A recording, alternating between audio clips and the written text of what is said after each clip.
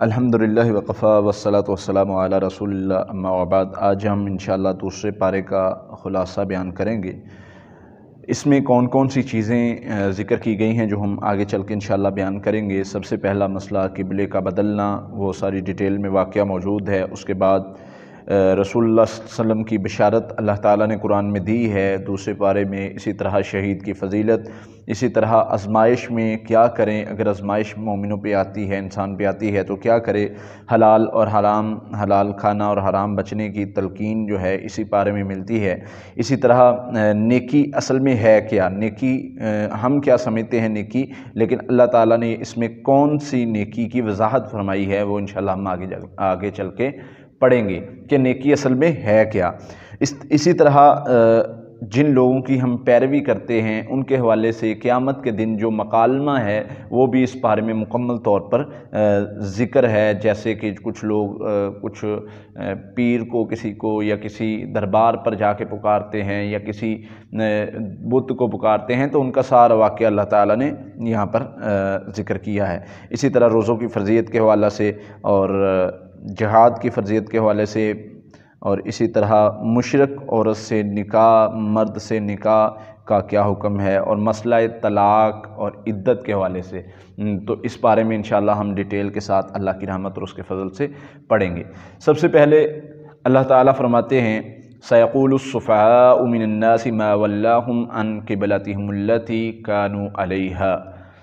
ان قریب سوال کریں گے بے وقوف لوگ آپ سے کہ کس چیز نے آپ کو اس قبلے سے بدل دیا، یعنی پہلے بیت المقدس جو قبلہ تھا اس پہ اس کی عبادت، اس کی طرف منہ کر کے جو ہے عبادت کی جاتی تھی، نماز پڑھی جاتی تھی، لیکن مدینہ میں ہجرت کے بعد تقریباً 16-17 ماہ بعد اللہ کے نبی صلی اللہ علیہ وسلم کی خواہش پر اللہ تعالیٰ نے قبلے کو تبدیل کر دیا، اور صحابہ فرماتے ہیں کہ ہم قباء میں نماز پڑھ رہے تھے تو کسی نے آواز لگائی کہ آج رات اللہ نے وحی کے ذریعے اللہ کے نبی صلی اللہ علیہ وسلم کو حکم دیا ہے کہ آپ جو ہے وہ بیت اللہ کی طرف منہ کر کے نماز پڑھیں، اور صحابہ نے نماز کے اندر ہی اپنے رخ کو بدل لیا۔ یہ ہوتا ہے حکم کو ماننا۔ تو اللہ تعالیٰ فرماتے ہیں کہ یہ اللہ کے نبی صلی اللہ علیہ وسلم کی ایک تو خواہش تھی، دوسرا اللہ فرماتے ہیں ہم یہ بھی دیکھنا چاہتے تھے کہ کون پیروی کرے گا ہمارے حکم کی، اپنے رسول کے حکم کی، اور کون ایڑیوں کے بل پھر جاتا ہے۔ اور اسی طرح اللہ تعالیٰ فرماتے ہیں کہ ہم یہ چیک کرنا چاہتے تھے کہ ہمارے حکم کو کون مانتا ہے۔ ایک مقصد ادھر یہ بھی تھا، اور اس کے ساتھ کچھ لوگوں نے باتیں بنانا شروع کر دی، جی وہ جو پہلے تھے، وہ جو اس طرف منہ کر کے نماز پڑھتے تھے منافقوں نے، کافروں نے، کہ جی وہ ان کا کیا، ان کے بارے میں کیا حکم ہے۔ تو ان کے بارے میں اللہ تعالیٰ فرماتے ہیں کہ اللہ تعالیٰ تمہارے ایمان کو ضائع نہیں کرے گا یا ان کے معاملات کو ضائع نہیں کرے گا، وہ جو بھی عمل کر کے گئے ہیں وہ ان کے لیے پورا اجر ہے۔ اسی طرح اللہ تعالیٰ آگے چل کے فرماتے ہیں کما ارسلنا فیکم رسولا منکم یتلو علیکم آیاتنا ویزکیکم ویعلمکم الکتاب والحکمہ۔ اللہ نے جس طرح اللہ تعالیٰ فرماتے ہیں کہ میں نے تمہاری طرف رسول بھیجا، وہ تمہیں آیتیں پڑھ کے سناتا ہے، تمہیں پاک کرتا ہے، تمہیں کتاب و حکمت سکھاتا ہے، تو وہ اللہ نے یہ ایک نعمت گنوائی ہے تم کو کہ تم پر یہ میری نعمت ہے، اور وہ تمہیں وہ چیزیں سکھاتا ہے جو تم پہلے نہیں جانتے تھے۔ یہاں پر اللہ نے ایک بہت بڑی نعمت کا ذکر کیا، اور قرآن میں دوسرے مقامات پر بھی اللہ تعالیٰ نے یہ نعمت کا احسان جتلایا ہے۔ باقی اتنی ہزاروں لاکھوں نعمتیں اللہ نے دی ہیں، ان کا احسان نہیں جتلایا، لیکن ہمارے اوپر جو پاک پیغمبر محمد رسول اللہ صلی اللہ علیہ وسلم کی نعمت ہے، اس کا اللہ تعالیٰ نے احسان جتلایا کہ یہ اللہ تعالیٰ نے تم پر احسان کیا ہے، تمہیں اس نبی کا امتی بنایا اور اللہ کے نبی صلی اللہ علیہ وسلم کو تمہاری طرف بھیجا۔ اسی طرح اللہ تعالیٰ فرماتے ہیں فاذکرونی اذکرکم، تم میرا ذکر کرو، تم مجھے یاد کرو، میرا جو ذکر کرتا ہے میں اسے یاد کرتا ہوں۔ اور یہ بہت بڑا مقام ہے، جو بندہ ہر وقت اللہ کا ذکر کرتا رہتا ہے، اللہ فرماتے ہیں کہ میں اسے آسمانوں پر یاد کرتا ہوں۔ بندہ زمین پر اللہ کو یاد کرتا ہے، بندہ اپنی مجلس میں، اپنے گھر میں اللہ کو یاد کرتا ہے، اللہ فرماتے ہیں میں فرشتوں کی مجلس میں اس بندے کو یاد کرتا ہوں، اور میرا شکر ادا کرو، میری ناشکری نہ کرو۔ یا ایھا الذین آمنوا استعینوا بالصبر والصلاۃ، یہ پہلے بھی گزر چکا ہے۔ اللہ تعالیٰ فرماتے ہیں، یاد رکھیں یہاں پر مومنوں کو ذکر کیا گیا، مومنوں کو مخاطب کیا گیا، اور بہت اہم مسئلہ ہوتا ہے جہاں پر اللہ تعالیٰ مومنوں کو مخاطب کرتے ہیں۔ تو مخاطب کر کے کیا فرمایا گیا ہے؟ صبر اور نماز کے ساتھ مدد طلب کرو، بے شک اللہ تعالیٰ صبر کرنے والوں کے ساتھ ہے۔ کوئی بھی مسئلہ بنتا ہے، کوئی بھی پریشانی بنتی ہے، کوئی بھی تکلیف آتی ہے تو کیا کرنا ہے؟ صبر کرنا ہے۔ صبر کرنے والوں کے ساتھ اللہ تعالیٰ فرماتے ہیں کہ میں خود صبر کرنے والوں کے ساتھ ہوں۔ اور اسی طرح آگے چل کے اللہ تعالیٰ فرماتے ہیں شہداء کے بارے میں وَلَا تَقُولُوا لِمَن يُقْتَلُ فِي سَبِيلِ اللَّهِ أَمْوَاتٌ، جو اللہ کے راہ میں شہید ہو گیا اس کو جو ہے وہ مردہ نہ کو، اس کی شان یہ ہے کہ وہ زندہ ہے اور تم نہیں جانتے۔ اور ساتھ ہی اللہ تعالیٰ نے فرما دیا وَلَنَبْلُوَنَّكُمْ بِشَيْءٍ مِّنَ الْخَوْفِ وَالْجُوعِ وَنَقْصٍ مِّنَ الْأَمْوَالِ وَالْأَنفُسِ وَالثَّمَرَاتِ وَبَشِّرِ الصَّابِرِينَ۔ ایک اور مومنوں پر آزمائش بھی ہے، یہاں پر آزمائش اللہ تعالیٰ آزمایا کے بھی مومنوں کا امتحان لیتے ہیں۔ اللہ فرماتے ہیں کہ کچھ لوگوں کو ہم آزماتے ہیں۔ کس طرح آزماتے ہیں؟ یقیناً ہم آزمائیں گے، خوف سے، بھوک سے، مالوں کی کمی سے، جانوں کی کمی سے، پھلوں کی کمی سے، اور کسی نہ کسی چیز کو لے کر اللہ فرماتے ہم آزمائیں گے۔ دیکھیں یہاں پر غور کرنے کی بات ہے کہ اللہ تعالیٰ آزمائش مومنوں کی کرتے ہیں کن کن چیزوں سے؟ اللہ نے وہ گنوا دی ہیں۔ یہ ان چیزوں پر جو بندہ صبر کر لے گا، اللہ فرماتے ہیں وَبَشِّرِ الصَّابِرِينَ، ان کے لیے خوشخبری ہے۔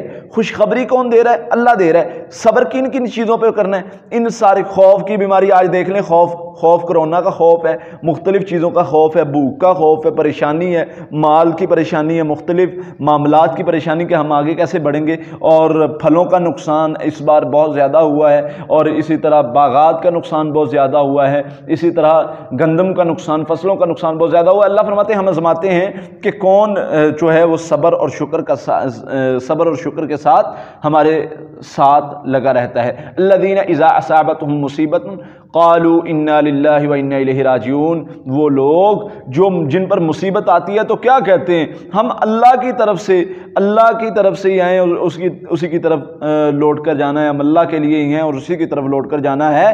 تو اس سے سمجھنا ہوگا کہ یہ جملہ بہت سکون دیتا ہے، یہ جملہ بہت حوصلہ ہمت دیتا ہے انسان کو کہ تو پریشان نہ ہو، یہ اللہ کے لیے سارے معاملات ہیں اور اللہ کی طرف ہم نے لوٹ کر جانا ہے اور اللہ کے لیے سب کچھ ہے۔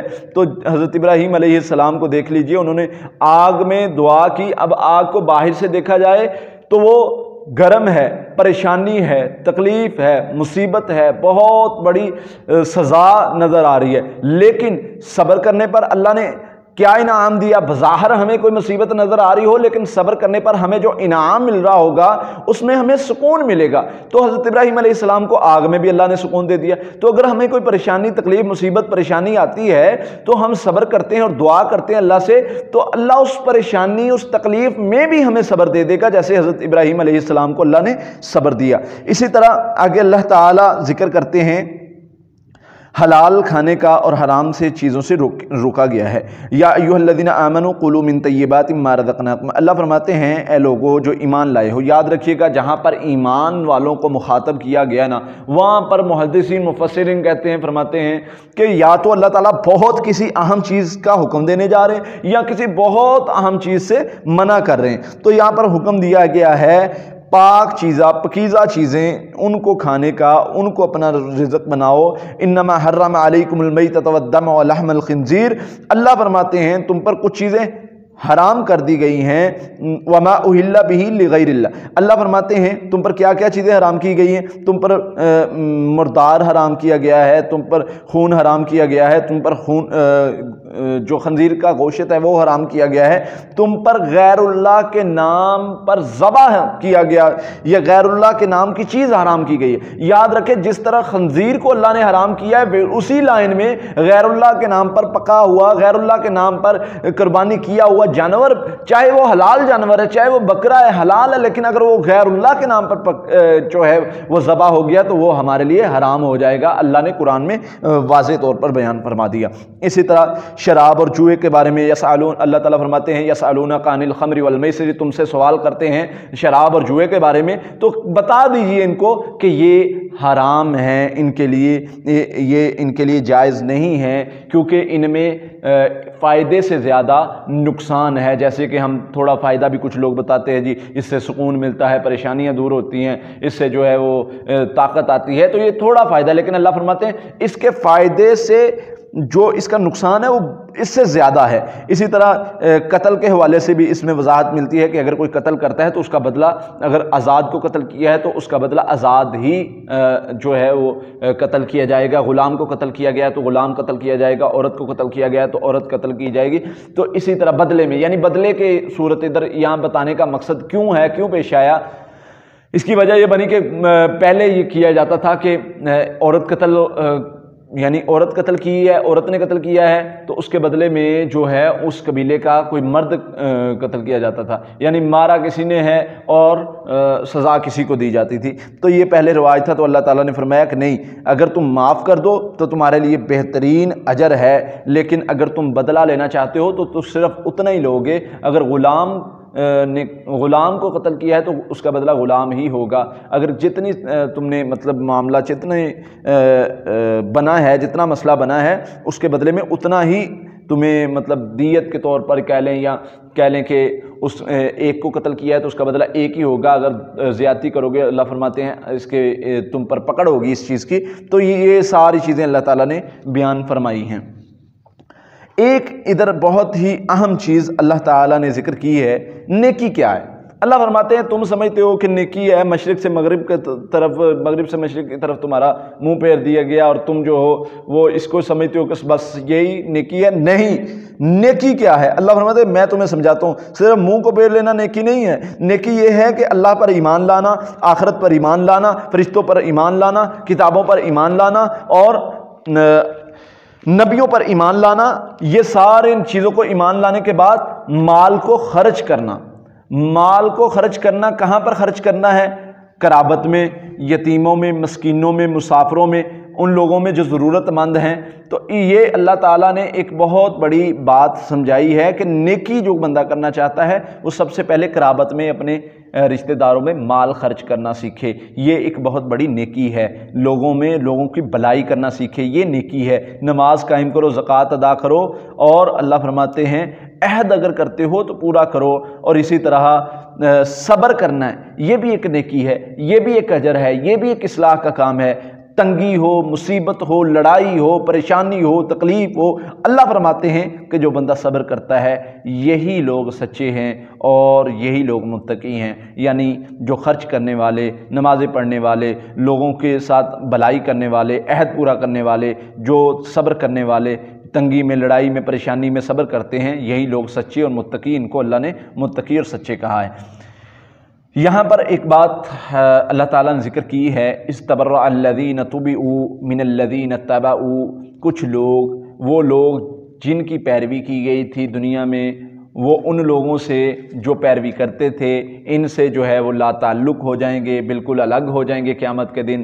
آج بہت سارے لوگوں کی پیروی کی جاتی ہے اس لیے کہ جی قیامت کے دن، جیسے کہ مختلف مقامات پر اللہ تعالیٰ فرماتے ہیں کہ ان سے پوچھا جائے کہ تم ان کی پرستش کیوں کرتے ہو، ان کی نظر نیازیں کیوں دیتے ہو، ان کو کیوں پکارتے ہو، تو یہ کیا بہانے لگاتے ہیں، ما نعبدہم الا لیقربونا الی اللہ زلفیٰ، یہ ہمیں اللہ کے قریب کرتے ہیں۔ کبھی بہانے لگاتے ہیں جی یہ ہمیں قیامت کے دن جو ہیں وہ ہماری سفارش کریں گے۔ تو اللہ فرماتے ہیں یہ ان کے منہوں کی باتیں ہیں، اس طرح کی اللہ نے کوئی بھی حقیقت بیان نہیں کی۔ تو یہاں پر سورۃ البقرہ کی آیت نمبر 122 میں اللہ تعالیٰ کیا چیز سمجھا رہے ہیں؟ یہاں پر سمجھا رہے ہیں کہ قیامت کے دن جب 162 نمبر آیت ہے، قیامت کے دن جب اللہ تعالیٰ فرماتے ہیں کہ جب یہ لوگ ان کو دیکھیں گے وہ ان سے لا تعلق ہو جائیں گے، جن کو آج جن کے نظر و نیاز ہیں اور جن کو پکارتے ہیں نا، قیامت کے دن اللہ فرماتے ہیں یہ ان سے لا تعلق ہو جائیں گے، اور یہ روئیں گے، چیخیں گے، چلائیں گے کہ کاش ہم دوبارہ دنیا میں جائیں اور ہم بھی ان سے لا تعلق ہو جائیں جس طرح یہ آج ہم سے لا تعلق ہو گئے۔ تو نیک لوگ، وہ اگر وہ نیک لوگ ہیں، نیک لوگ ہوں گے تو وہ بھی ان سے لا تعلق ہو جائیں گے، اور اگر وہ نیک لوگ نہیں تو وہ تو کچھ کر نہیں سکیں گے ان کے لیے۔ تو بہرحال اللہ تعالیٰ نے ان لوگوں کی وضاحت ان کے سامنے بیان فرما دی ہے کہ جو لوگ، جن لوگوں کو یہ پکارتے ہیں، وہ لوگ قیامت کے دن ان سے بالکل تعلق ظاہر نہیں کریں گے، کہیں گے اللہ ہم نے کون سا ان کو کہا تھا کہ ہماری نظریں، ہمارے دربار بناؤ، ہماری نظریں نیازیں چڑھاؤ، ہم تو وہ تو قیامت کے دن اللہ فرماتے لا تعلق ان سے ہو جائیں گے۔ اسی طرح اللہ تعالیٰ نے آگے ذکر کیا اسی پارے میں روزوں کی فرضیت کا، یا ایھا الذین آمنوا کتب علیکم الصیام، اے لوگوں جو ایمان لائے ہو تم پر جو ہے وہ روزوں کا لکھ دیا گیا ہے، تم پر روزے فرض کر دیے گئے،